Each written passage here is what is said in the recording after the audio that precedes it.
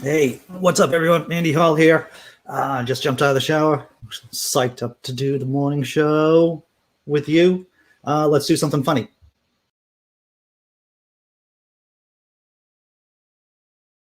There's no fucking milk in the house. Thought we had some milk, but we're out. All rats. Wait, I see some milk with my eyes. Good thing we have milk. Wait, it's expired! Fuck! Well, hopefully you have milk in the house. If you're drinking milk, right? If you're drinking milk. I'm a vegetarian. I haven't gone full vegan. I don't know if I ever will go full vegan. I like my milk, to tell you the truth. I like my milk. How's it going, everyone in the chat? Tobin Templeman, John Hudson. Glad to see you're here, sir. Phil Lister, Simply Secular Dave. Oh, yes. In southern Sweden, the sun is shining, and it is spring. You know, I saw that movie Midsummer, and I don't know if that's done anything to tourism in Sweden. I would still go to Sweden after seeing Midsummer. And if you haven't seen Midsummer, it's a horror movie. It's exceptionally good. It's from the same director who brought us Hereditary. Exceptional movie. Worth seeing. Scary and trippy. The visuals are very trippy. Brainbug. How you doing, Brainbug? Hope you're buzzing well today. What are we doing for stories? Wind farms. And going from wind farms, we're just going to talk about Satan shoes. I know Satan shoes are, believe it or not, are in the news. Do they have a drop of human blood in every pair of Satan shoes?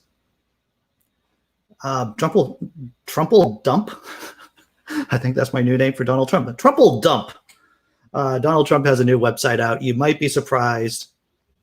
It veers from the factual record. It does. And the call to de-radicalize evangelical Christians. Not all evangelical Christians, but let's face it, there is a need to de-radicalize a good proportion of evangelical Christians in the United States of America. And we're going to talk about the trial. You know the trial that's going on, right? We're not talking about Kafka, though. If you haven't read Kafka, the trial, it's definitely worth reading. Made a big influence on me. All right. Scott Duke, how you doing, sir? Midsummer is fun here. Yeah. Very good. Glad to hear it. It's dark here and the bright moon is behind some clouds. Oh, that's cool, Dave. Nothing wrong with that. I got the vibe. I got the whole image right there. I got the image. So this is an interesting topic, and I don't know, for those of you, I was talking to a buddy of mine who lives, the next town over, and his son just got, accepted. And I was talking to Secular Dave about this yesterday. I think it was yesterday, about my buddy's kid got accepted to the University of Toronto. And I'm trying. My kid's only a sophomore in high school, but I am trying to, to reinforce the idea about, hey, what a great idea it is to go out of the country, to go to college, to go to university. And I don't know if you would suggest, now for those of you who are, because there's a good amount of international viewers here on the Disappointed Cat Morning Show. So there's a fair amount of international viewers, lurkers, observers. What do you suggest to your kids or grandkids to go to college in the U.S.? And then for those of you who are here in the States, is it something you don't even think about? Of course, my kid's going to go to college in the U.S., that there's no safety concerns regarding what state the college might be in. So I'm just curious about that. For me, like I said, for me in my house, to steal that line from Joshua, that verse from Joshua, we are trying to get my kid out of the country for college. Talking manatee, that's how I got stabbed with a phallus. Fork stab. Simply Secular Dave. That is great. That's a callback to a video we saw a couple of weeks ago on the late night show. So yeah, it's funny. So my buddy's kid got accepted to the University of Toronto, and but he's thinking about there are alternative universities and colleges the kid might be going to. They haven't made their final decision, and some of those colleges are in the States. It's like, why would you, overall, you don't know what the country is going to look like in 4 years by the time your kid's out of college. Midterm elections are coming up. For me, I think the safe bet is to get my kid out of the country, at least to have a passport in their hand and already be somewhat situated in another safe country if things go sideways here in a couple of years. Your kid's going out of country.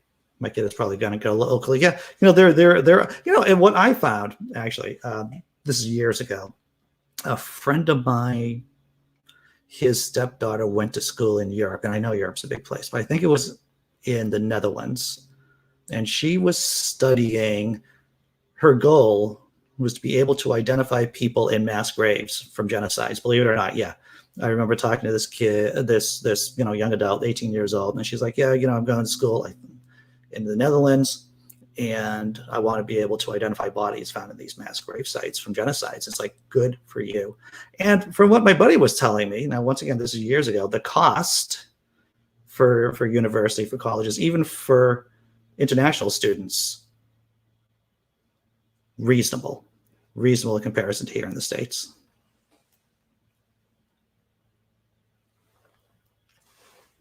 So if you have any thoughts about it, feel free to put it in the chat. I'm going to move on to memes, or at least some funny stuff, right? We're going to continue the funny stuff before we start getting into the heavy stuff. And what is... Oh, here it is. Phil Lister saying a lot of students go to the Netherlands. They teach degree courses in English, right? I can see that. Metro Vancouver has gone back to COVID-19 protocols. Restaurants no longer serving people indoors because of the new COVID variant. Yeah, you see this going on. I think we were talking about this before, about how Switzerland, Paris, they're in another lockdown. And it's the new variant is just, it's more transmissible, like we've talked about many times before, or whatever variant it is. I think it's the Brit variant, or it might be the South African variant. I don't know. And it's a real threat. It's a real threat.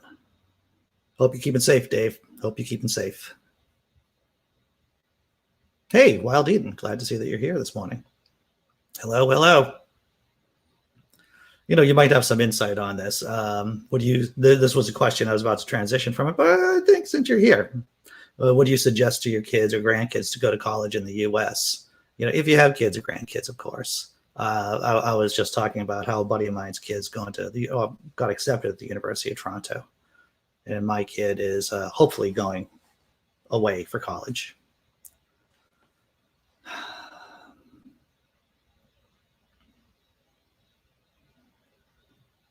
Here it is. Hey, good morning, Jess M. Marmaduke Scarlett says, mine didn't go to college. We call it university. Her and partner just bought a farm. Hey, well, that's great. Fantastic. Good for them.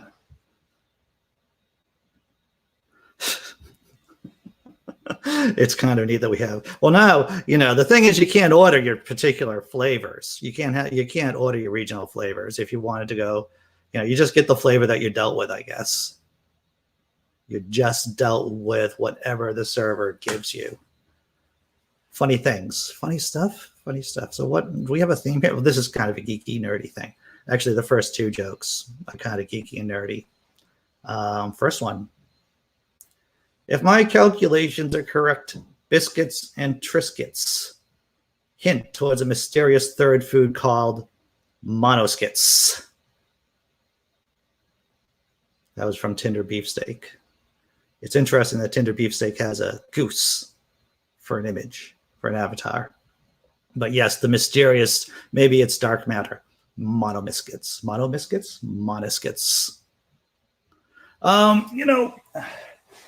At the beginning of the pandemic, everyone knows, right? Everyone knows that the work that I've done, that I've done when I was working in the first 6 months of the pandemic, 7 months of the pandemic, never really paid well. And there was a lot of appreciation for essential workers, right? Oh, essential workers, you're so valuable to us. And we've seen how much minimum wage essential workers are valuable to Republicans, at least, since they won't vote for a $15 an hour wage. Facebook kindly reminded me of an image of a meme that I shared a year ago, and I think it still is relevant. Kirk in front of the red shirts.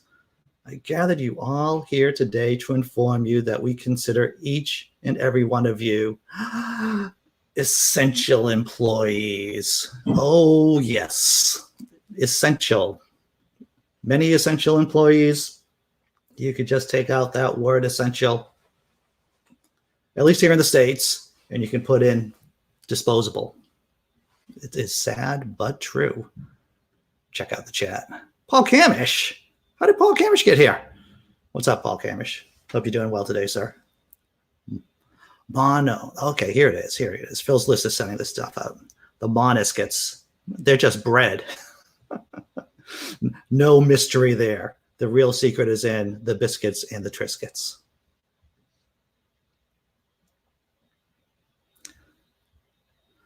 I don't know what a Triscuit is. You don't know what a Triscuit is. Well, it is a treat.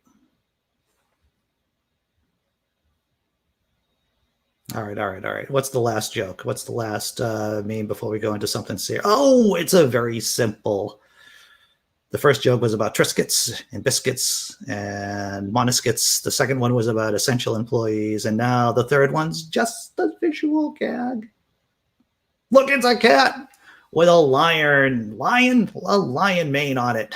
I think it's hilarious. Oh, it's just, and he seems so proud. That cat seems so proud. It seems so proud of its mane. Oh, yes. All right.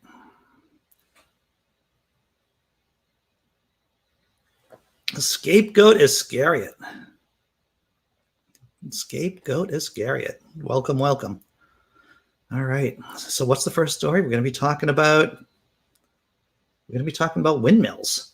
You know, whenever, I don't know about you, we have two windmills, large windmills in the Boston area. I can see one from my door. From one of my windows. It's right there. I can see the casino on one hand and the windmill on the other. And whenever I drive by the windmill, whenever I see the windmill, I actually allow myself to feel hope that there might be a way out of the climate crisis that we're in. I allow myself to hope for a minute there. And what's the story? What are we talking about here? We're talking about the White House moves toward approving a huge wind farm off the East Coast. Biden administration's efforts to increase offshore wind energy is part of the plan to generate power for more than 10 million homes by 2030. Let's take a look. Links in the description below, everyone. The Biden administration is moving to sharply increase offshore wind energy along the U.S. East Coast, saying on Monday it is taking steps towards approving a huge wind farm off New Jersey as part of an effort to generate electricity for more than 10 million homes by 2030. Meaning the target could mean jobs for more than 44,000 workers and for 33,000 others in related employment. The White House said the effort also would help avoid 78 million metric tons of carbon dioxide emissions a year, a key step in the fight to slow the climate crisis. Could be a lot of windmills coming around. The administration said it intends to prepare a formal environmental analysis for the Ocean Wind Project off New Jersey, moving it toward becoming the third commercial-scale offshore wind project in the U.S. The Bureau of Ocean Energy Management, I didn't even know that we had a Bureau of Ocean Energy Management, part of the Interior Department, said it was targeting offshore wind projects in shallow waters between Long Island, New York, and New Jersey. A recent study shows the area can support up to 25,000 development and construction jobs by 2030. A statement said OEM will push to sell the commercial leases in late 2021 or early 2022. Sell them fast. Sell them before and if Republicans get power in the House and in the Senate. Yes, because let's not forget, all this can just disappear. This afterglow of Biden's win, Democrats in the House, Democrats in the Senate, got to get as much done as possible. If you can sell that stuff out, and get the wind farms moving. That would be fantastic. Earlier the better. Ocean wind, 15 miles off the coast of southern New Jersey, is projected to produce about 1,100 megawatts a year, enough to power 500,000 homes. The Department of Interior has announced environmental reviews for the Vineyard Wind in Massachusetts and South Fork Wind Farm, about 35 miles off Montauk Point in New York. Vineyard Wind is expected to produce about 800 megawatts and South Fork about 132. Checking out the chat.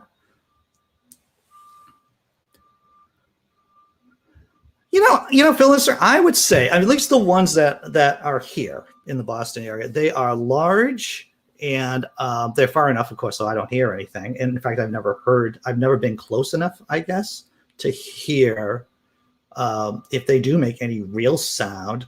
The windmills that we have here are close to the highway, so I imagine the highway drones out any sounds that the windmills make. But I find windmills very calming. I find them very calming myself. Let's see. I'm going to go back up in the chat.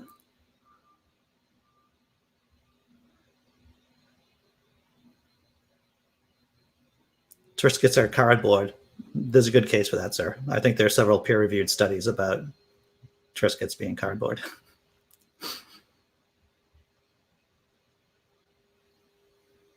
Let's see what else we got going on here. Do we have any functional wind farms off the East Coast?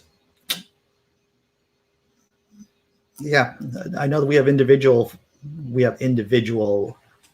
windmills, but we don't have anything like Denmark. And if Blazing Wizard Pope was here, he would set us probably. Well, and those of you, like Phil Lister probably knows that, well aware that Denmark has like a ton of windmills off coast.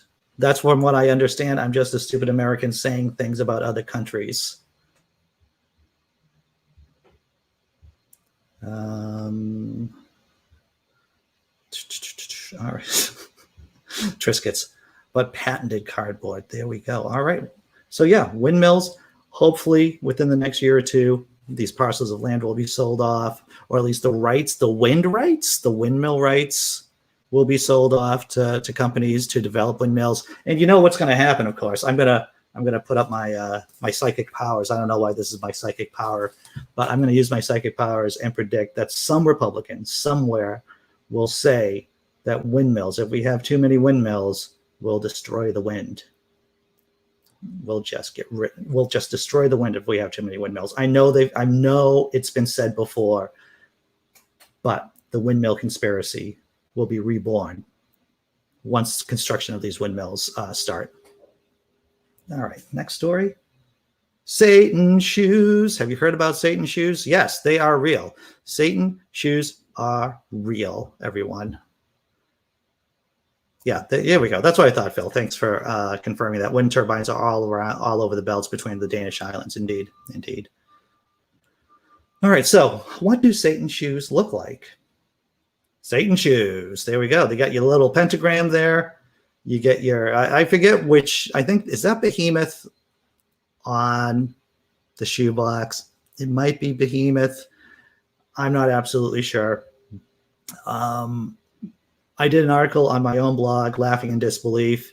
There's a Snopes article. Yes, every single pair of Satan shoes have a drop of human blood in the soles. There are only 666 pairs made, and they sold for a little bit over $1,000, like $1,018. They're just hyping a rapper, Lil Nas. I don't know. I think it might be Lil Nas. His music video, controversial. And how does this story relate to secularism? Well, it seems like a lot of Christians don't like the idea about their kids maybe buying, or they just don't like the idea of Satan shoes to begin with. And Nike's been getting a little irritated that Lil Nas has been selling Satan shoes with human blood in soles. The original press release stated that Nike was joining in some kind of relationship to build Satan shoes. That's not really true. What happened is that the company, it's like these shoes are artisan shoes, everyone. What happened is that the company bought shoes and then they played around with their look, creating Satan shoes. Oh, is that esoteric? I hope I'm explaining it well. Let's get right into the story. Nike filed a federal trademark infringement lawsuit Monday against the company that released a controversial customized version of its sneakers in collaboration with the rapper Lil Nas X. The Old Town Road artist worked with Mischief, MSCHF, to release Satan shoes on Monday. The sneakers are modified Nike Air Max 97s, decorated with a pentagram pendant and a reference to Luke 10:18, a Bible verse about Satan's fall from heaven. Mischief, I'm just going to call it Mischief, a company known for creating controversial and viral products, confirmed Sunday that the shoes contained a drop of human blood inside the sole, drawn from members of the Mischief team. All 666 pairs of the modified Nikes, priced at $1,018, sold out shortly after they went on sale. Yeah, huge amount of hype on the internet about these shoes.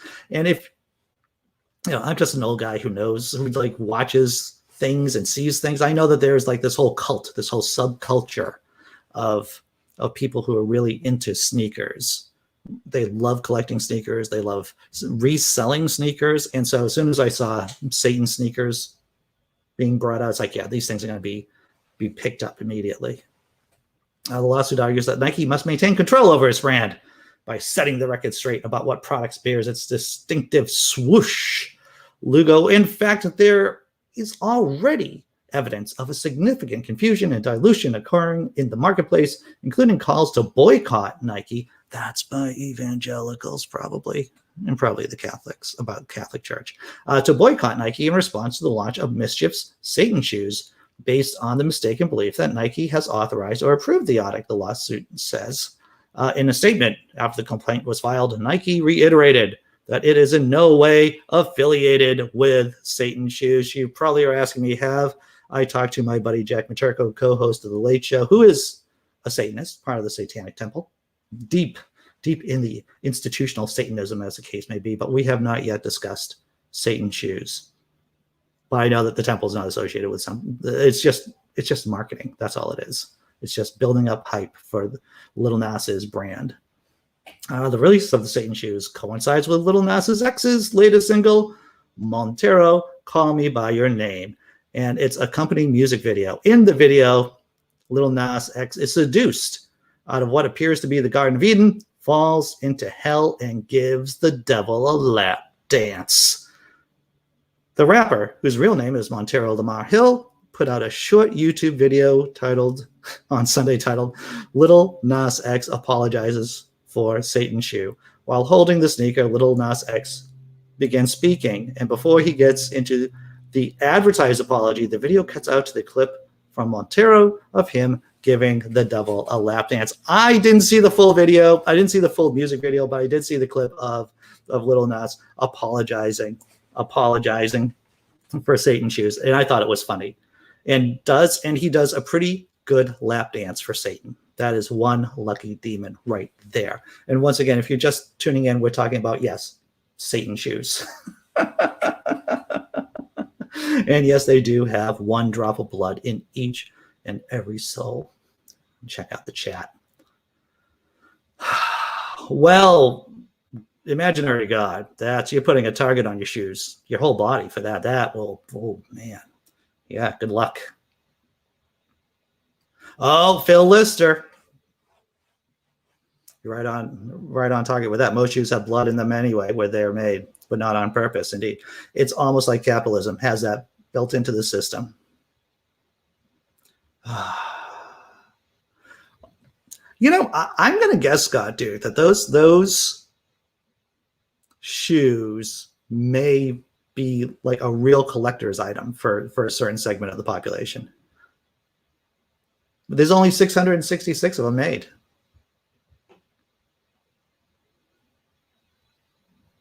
All right. Baphomet. Is that Baphomet? Marmaduke Skylight? It might be Baphomet. Yeah. It's one of the, if you Google the devil or image of the devil, that's one of the images that comes up.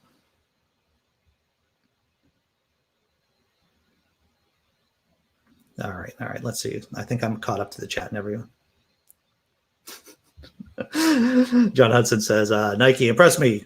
Wake shoes that you can walk on water. Well, they do have Jesus shoes, believe it or not. I mean, you're not surprised, because if there's Satan shoes, there has to be Jesus shoes. So yeah, there are Jesus shoes. Do they allow you to walk on water? I don't think they do.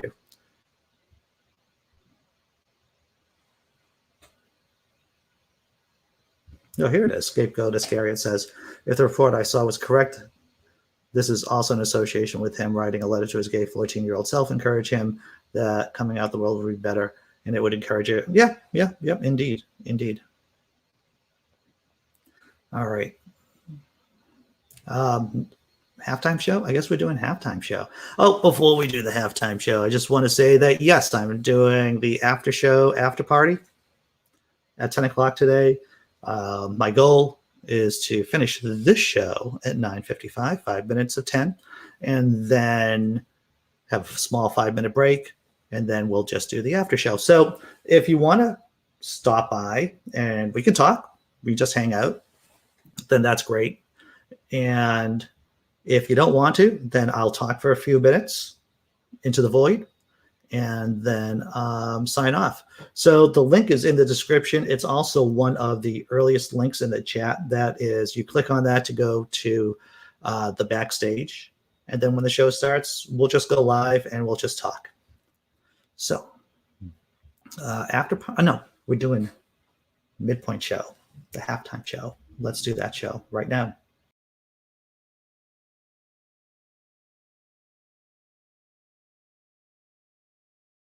Hey, it's me, your scumbag dad. I'm gonna teach you how to make an edible arrangement. Cut the melons, strawberries. Nice. Some of Dad's special sugar. People pay more if you tell them it's from a foreign country. Hey, do not touch Dad's special sugar. I will end you. Amazing. We're gonna deliver them to our friends. Go in there and give it to her, and maybe she'll give us a nice tip. Hi there. Here. Let's go deliver some more. Good luck. Pretty bouquet. Hand it over. Hello? Hey, I got something you want. Meet me at the bridge. So you've arrived. You have a choice to make. Bring me your edible arrangements, or Hey, where are you going? No, I'm talking. That father of yours. Crazy. What about your kid? Hello? Damn, your dad is a dick. Oh, it's dark humor. But that's sometimes the best humor, that is. This comedian on TikTok, he does these segments of really bad parenting. Well, from the dad's point of view, your a-hole dad. My dad was just negligent, and when he wasn't negligent, he was abusive. So I guess I was lucky that most of the time he was negligent. Wait, bringing the party down. Let's go to the next story. Are we going to be doing the next story? What is the next story? Donald Trump. Oh, Donald Trump. He has a new site out. He's been kicked off social media, but he's making his own. So he's making his own site with lies and QAnon. Is this Gunmug? This is Gunmug. This is the return of Gunmug, by the way. Let's check. Of course, links are in the description, everyone. Donald Trump, and I know you're going to find this all surprising, he's using his new website to rewrite the history of his presidency. What a surprise. Narrative omits basically everything. His 2 impeachments, economic crash, COVID death toll, and riot marked the end of his term. I mean, what's left? What? Well, yes, they're lies. That's what's left. But when it's like you're eating a shit sandwich. You're eating a shit sandwich, and you're just telling people, well, I'm just not going to talk about the shit, basically. And that's what this site is. This is what Donald Trump's new site is.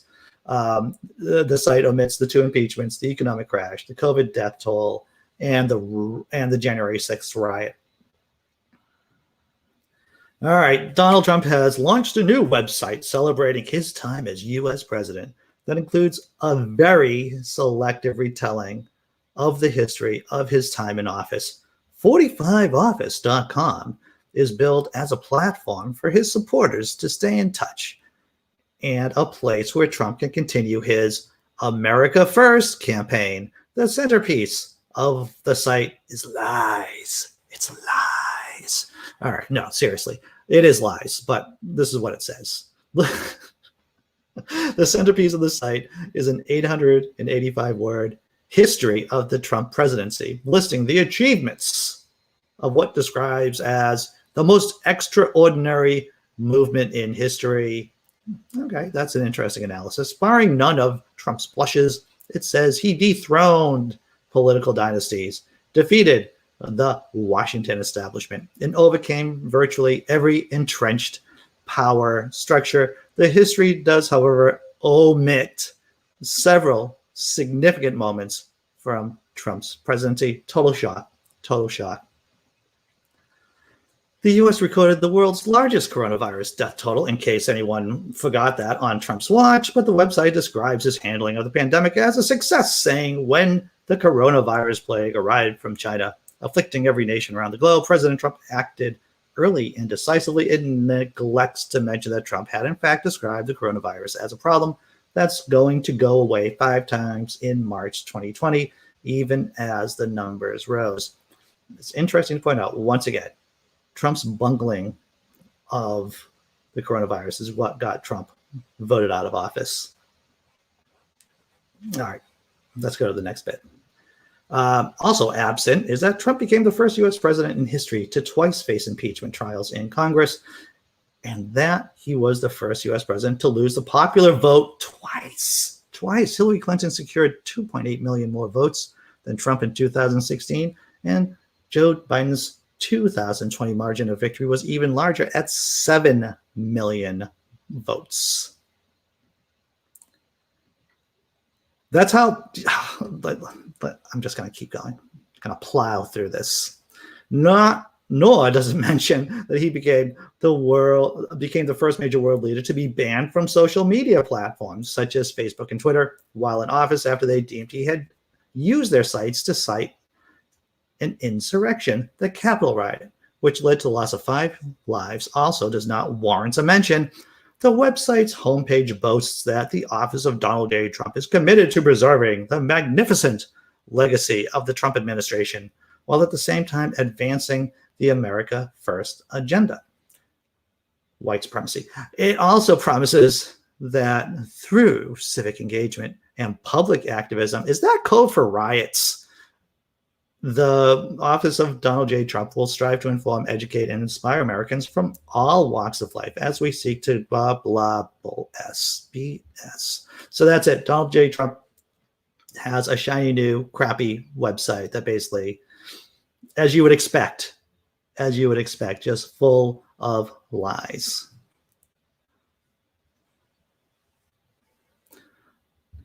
John Hudson says, Donald Trump's site is good, just like a crap ordered from Wish. Aren't you here? Hey, glad to see that you're here. Glad to see that you're here. And Watchtower Watcher, huh? Watchtower Watcher. Who watches the Watchtower? All right. Well, I like potatoes too, Dr. Mordecai. I do like taters. To tell you the truth, I'm as many of you know, I've been a vegetarian since last August. And one of my go-to comfort foods are tater tots and French fries. But I really like the tater tots, I have to tell you. That is my comfort food.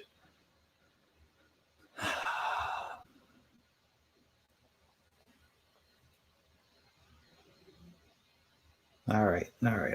So I got it caught up to the chat. So Donald Trump has a new site out, 45crapsandwich.com. I don't know. It's 45 Office.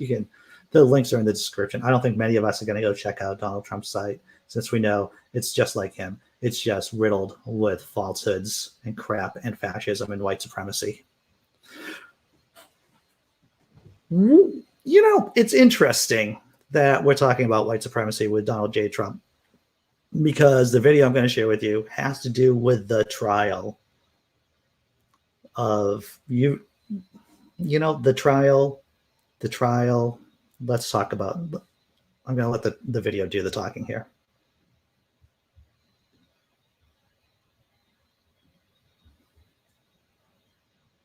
Meanwhile, this was day one of testimony in the trial that could become a defining moment as our nation reckons with the issues of race and policing. Tonight, protesters marched and gathered outside the Minneapolis courthouse where former police officer Derek Chauvin is on trial in the murder of George Floyd.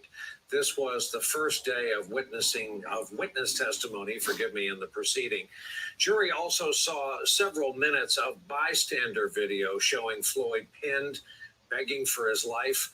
The day began with opening remarks from the prosecution and from Chauvin's defense. The most important numbers you will hear in this trial are 929. What happened in those 9 minutes and 29 seconds when Mr. Derek Chauvin was applying this excessive force to the body of Mr. George Floyd. Derek Chauvin did exactly what he had been trained to do. And he put his knees upon his neck and his back, grinding and crushing him until the very breath, no, ladies and gentlemen, until the very life was squeezed out of him. Mr. Chauvin was anything other than innocent on May 25th of 2020. There was no evidence that Mr. Floyd's airflow was restricted. What was Mr. Floyd's actual cause of death? The evidence will show that Mr. Floyd died of a cardiac arrhythmia. How do you reckon the defense is going to further try to portray George Floyd? Well, first of all, the defense attorney speaking today reminded the juror that this isn't a social justice case. This is actually a case of what Derek Chauvin did on that day. The other thing that they're trying to point out is that Derek Chauvin did things he was trained to do and used procedures that were approved by the Minneapolis police. Now, under Minneapolis law, you are only allowed to use as much force as is necessary to detain or to control a person in custody. And one of the things that the law says is that once somebody is in your custody, they're also in your care. So what they're up against is videos of bystanders saying to the police, including Derek Chauvin, that he's not responsive. He's responsive. He's not breathing anymore. Take his pulse. And they. I just want to say, as many of you know, I've worked with violent, mentally ill, cognitively impaired people, people with disabilities in the past. And at no point did they tell me in my training on how to do physical restraints that you shouldn't put your knee on anyone's neck. At no point did I ever get that training whatsoever. Freaking mind-boggling. All right, I'm going to go back. I just have to say that. I'm going to go back to the video. Showed police not doing that. Derek Chauvin not getting up off of his neck. So what the defense is trying very hard to do is two things. Number one, say that Derek Chauvin was using procedures that he was trained to use that were approved by the police and that were appropriate in the time. And number two, saying, as Melissa said, that it was an unfortunate set of circumstances that George Floyd had things going on that this may have exacerbated. Again, under the law, if you are a contributor to the death of someone, it's not exonerating that there may have been other things involved, but all they have to do, they don't have to prove anything. They just have to sow a little confusion and have people debating whether it was fentanyl or a heart condition or things that Derek Chauvin was trained to do. And that's what they are effectively doing right now. Great point. Professor, notable that the first witness to take the stand today was a 911 dispatcher. They are the silent heroes of first response in our country. Police, fire, EMS. When done right, that job is an art form. This young woman went way above and beyond the call of duty as she saw it. She was able to watch the takedown, the police response in real time on a surveillance camera. She relayed to the jurors a phone call she made to take this case up the chain because something didn't look right. We'll play you that audio and discuss on the other side. I didn't know.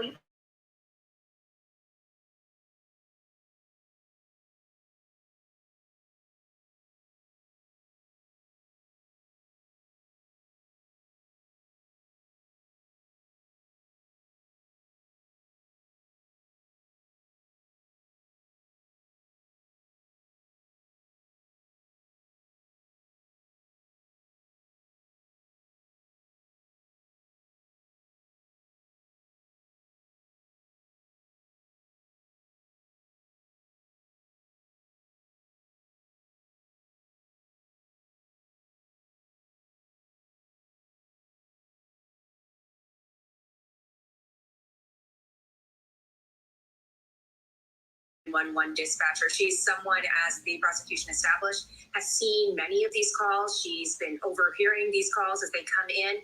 And she was so moved by what she saw, thought it was so unorthodox, that she felt compelled to run it up the chain of command to call a... All right. Obviously, there was no sound, so I'm going to rewind it a bit. Hopefully, you can hear me now. Bring it back to 4 minutes and 30 seconds, and hopefully we'll have sound. We'll see what happens. Beyond the call of duty, what does this choice tell you about what the prosecution's going to pursue and how? You couldn't hear the 911 so this call. was, I thought, very powerful testimony from Judith Let me get the who call was back. the 911 dispatcher. She's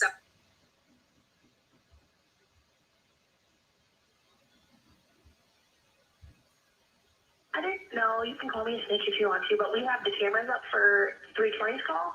Oh, did they have to put him in the? They must have already started moving him. And 320 over at Cup Foods. Okay. I don't know if they had used force or not. They got something out of the back of the squad, and all of them sat on this van.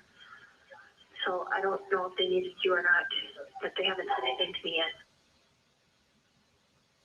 So, as you heard, Professor, you can call me a snitch if you want to. That was a young woman, again, way above and beyond the call of duty. What does this choice tell you about what the prosecution's going to pursue and how? So this was, I thought, very powerful testimony from Gina Scurry, who was the 911 dispatcher. She's someone, as the prosecution established, has seen many of these calls. She's been overhearing these calls as they come in. And she was so moved by what she saw, thought it was so unorthodox, that she felt compelled to run it up the chain of command to call a sergeant to intervene. And that's important. The prosecution is anticipating the defense's affirmative defense that Mr. Tobin was acting within the scope of his duties and what he did was reasonable. This is going to show that for this woman who has watched many of these encounters, this did not look reasonable at all, but in fact was so unorthodox. As Mr. Blackwell, the prosecution attorney, said, she felt compelled to call the police on the police. Hey, thanks for watching our YouTube channel. Calling the police on the police. Jesus Christ. See, this is one of the reasons why. I mean, if I was going to submit evidence for why I don't want my kid to go to college here in the States, that would be one of the pieces of evidence right there. All right. Well, the trial's going to go on. Who knows how long it's going to go on for. Hopefully justice or some version of justice will be served. I don't even know what to say. We see videos like this of police misconduct all the time. And it can be, hey, what's up, Blazing? It can be disheartening. That's what it can be. Andrea points this down. Watchtower, talking to Watchtower. It's the pro-life response to Black Lives Matter movement. It's basically the FU to Black Lives Matter. Yes, that's right. Blue Lives Matter is basically an FU to Black Lives Matter.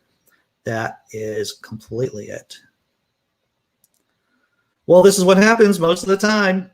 The police investigate themselves and find they did nothing wrong. And you know what? You can take the freaking police, that word, out and put in the Catholic Church, investigate themselves and decide they did nothing wrong. You could put in the financial industry, investigates themselves and find out that they did nothing wrong. You take that out and put in Republicans, investigate themselves and find out that they did nothing wrong. So many things in that clip. At least the 911 caller, the 911, the person taking the phone call, had the wherewithal to call the police on the police. At least we have that. Yeah. Once again, and here's the thing too. It isn't just Derek. It isn't just Derek's dereliction of duty. You know, when there are, once again, I've worked with violent people and had to restrain violent people before. And when there are other staff people around you, then there is an acknowledgement that if things go sideways, they are to inform you. You have to stop what you're doing, right? and maybe separate yourself from the situation, let somebody else take over. It is just a cataclysmic fail of the entire system. That's what it is. All right, Andy, just breathe, man. Just got to breathe. Let's talk about de-radicalization of evangelical Christians for a minute. This was in Foreign Policy Magazine, or foreignpolicyonline.com. And I thought this was worth talking about. And this is, an opinion piece. It's an argument. The U.S. needs de-radicalization for Christian extremists. Everyone here in the chat who are watching more than likely knows this, that we need a program to de-radicalize Christian extremists in this country.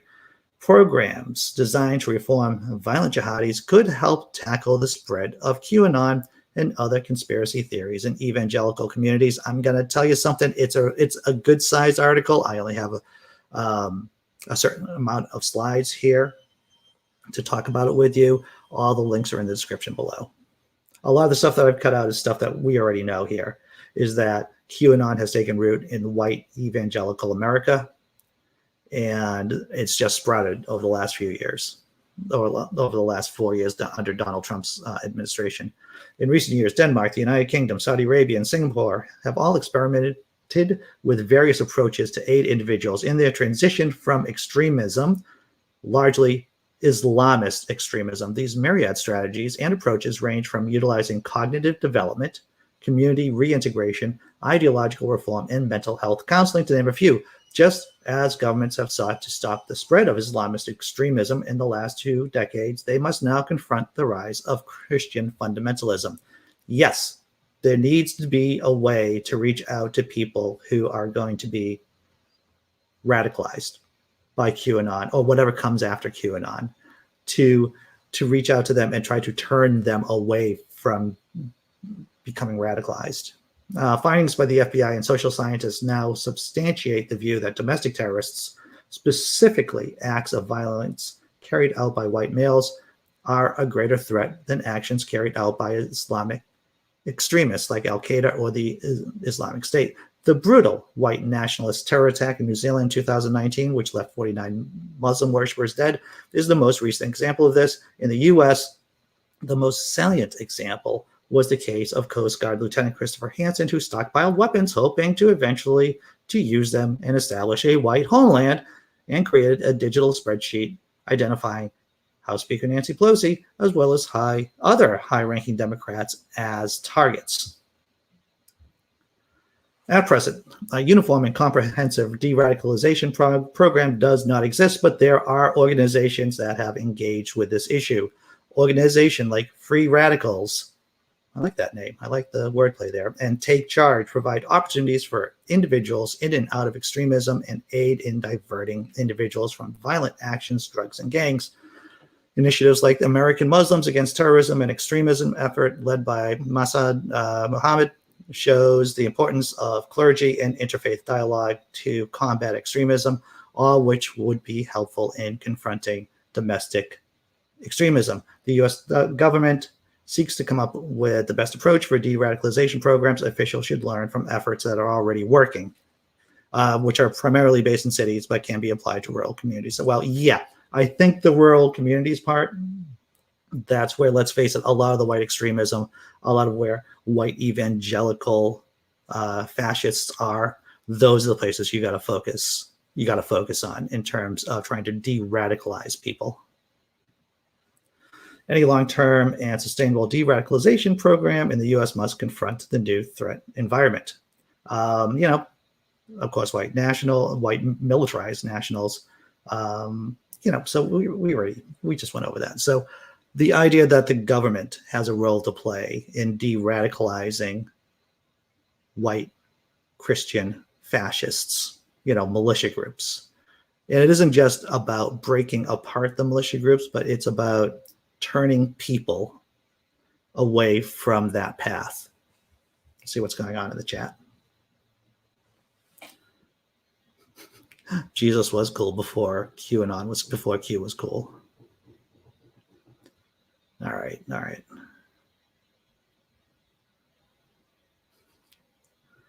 Xenon, Exanon. Well, this is a good point. What's after QAnon? Is it Exanon? Is it Xenon? It could be. It's probably more absurd than that. But just tumbled out of bed. Good. So yeah, we need to have more voices basically telling the government while the government is still in the hands of, while the federal government is still in the hands of non-white supremacists, i.e. the Republican Party. We need to send that message out that we need to be reaching out and trying to turn people from QAnon, from violence, and also to support private organizations, NGOs, to try to reach out and turn people from white fascism, from white supremacy here in the United States of America. All right, everyone. What did we do? Right on point in terms of timing too. I always love being on time. It makes me feel good inside. So let's do the last funny, the last comical bit. I am a logic-based conspiracy group 3.14 I see what you did there, Blazing. I appreciate the mathiness of that equation right there. All right, let's do the last bit of fun before we put a bow on this thing.